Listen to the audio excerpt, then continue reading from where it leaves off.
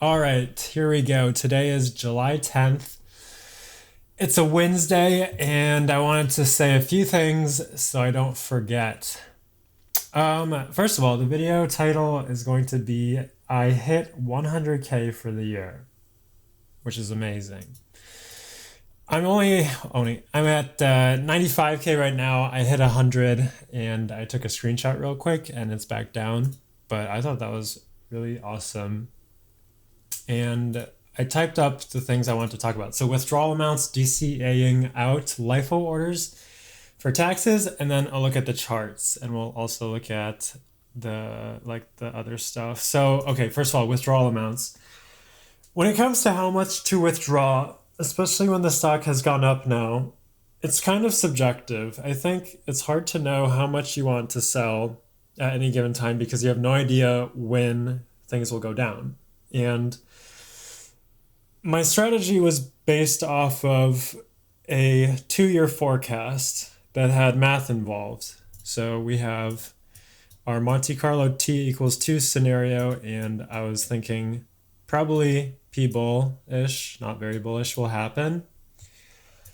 And we're a little bit faster than expected. So I think the thing that I'm trying to say is I don't think you should withdraw too much, but I think you should take some winnings off the table. So the idea is the strategy started off with roughly $20,000. Now we're up 100,000 almost. Or yeah, actually. And the idea is let's just take off another 20,000 approximately off the table. And I kind of have been doing that. So the second thing is dollar cost averaging out. So when it comes to buying a stock, ideally you accumulate shares and you don't sell them. And what you do is you buy them over time. Every time you buy and every time you space out that purchase, you're averaging the cost of the stock that you're purchasing. So that's called dollar cost averaging. When it comes to options and derivatives, because they have a finite lifespan and you have to sell them eventually unless you want to exercise, which I don't, the idea is you can dollar cost average out of a position with your options contracts. So for what I'm doing right now is I'm trimming my position a little bit. So I'm dollar cost averaging out some of the more closer expiration date positions. So I closed the January 2025 and I closed 2 June 2025 call options. That's not that much in the grand scheme of things. That's only 3 out of a lot more, like 30, 60, whatever. But I think it's a solid strategy for now, considering that long term I'm still bullish. This is simply, I think, just a correction from the oversell. Macro. So let's see, macro environment. We're getting towards greed again. So I'm anticipating Tesla is going to go down soon. And soon is within 3 months.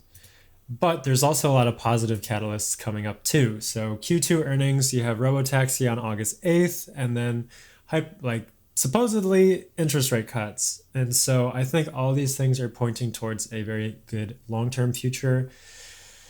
But then you have other things that are not so good, like the bullish situation. You have the election, you have this increasing concentration in the highest cap stocks, and it's just looking a bit sus. So whatever, we'll see. I don't even know. But yeah, I think we're gonna just slowly dollar cost out a little bit, but keep at least 20 of these position calls and keep all these other ones. The third thing is LIFO orders. So Robinhood doesn't have the ability to choose which call options from a batch that you would like to sell. And so when you buy an option and you hold it for more than 12 months, you get the benefit of long-term capital gains tax. In my situation, I almost never have held a contract for more than 12 months. In fact, I don't think I ever have. But because these are leaps, there's a decent chance that I will. What happens is if I buy these options on a staggered date basis, like if I buy some in February, some in April, some in May, which is exactly what I did for this one, 420 call. Well, ideally, I'd want to sell the ones I purchased most recently first so that I can maintain the oldest ones for long-term capital gains. And ironically, maybe not ironically, but stupidly, the video, I think episode 5, where I explained how to buy options, don't make this mistake, I screwed myself because I sold the oldest contracts that I had. So it wasn't that big. It was 5 contracts, and I think I lost like a few months of like holding time. because like I bought one in February and then I bought one in April, so it wasn't really like that many. Anyway, so what you have to do, at least with Robinhood, you have to contact customer support and ask for a LIFO execution. LIFO stands for last in, first out. It's a queuing type. This is good for taxes. It's frustrating because you have to do this every single time, but whatever. I'm assuming other more advanced brokerages have the ability, and Robinhood themselves said that they would add that functionality sometime in the future. Whew!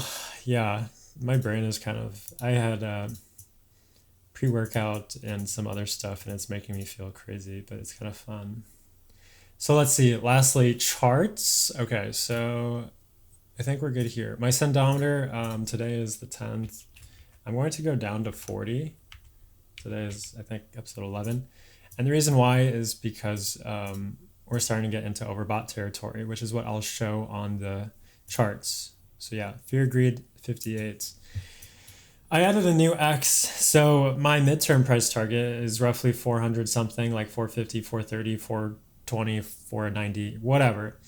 Sometime in mid 2025. My guess, if I had to guess, is that Tesla is going to do a little bit of robo-taxi hype. Then the hype is going to die slightly in maybe like the fall. And then something's going to pick up steam again, and it's going to become more and more obvious that this is coming faster than people expect. Also, the energy business of Tesla is doing great. So I don't know. Something, I mean, who knows, whatever.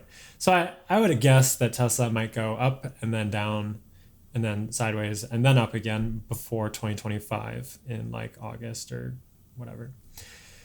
So the other thing, let's see, we have the RSI and the MACD. The RSI is basically barely going into overbought territory. Every other time that's happened is like, for here example, October 2021, and then it just went from 265 all the way to 410 in a matter of 2 months. So that's actually not a bad thing. We haven't actually gone into fully overbought territory. Same with like here, right before it skyrocketed, we were where we are today in the RSI. So I'm actually not really keen on selling too much, which is why I'm dollar cost averaging just a tiny bit out.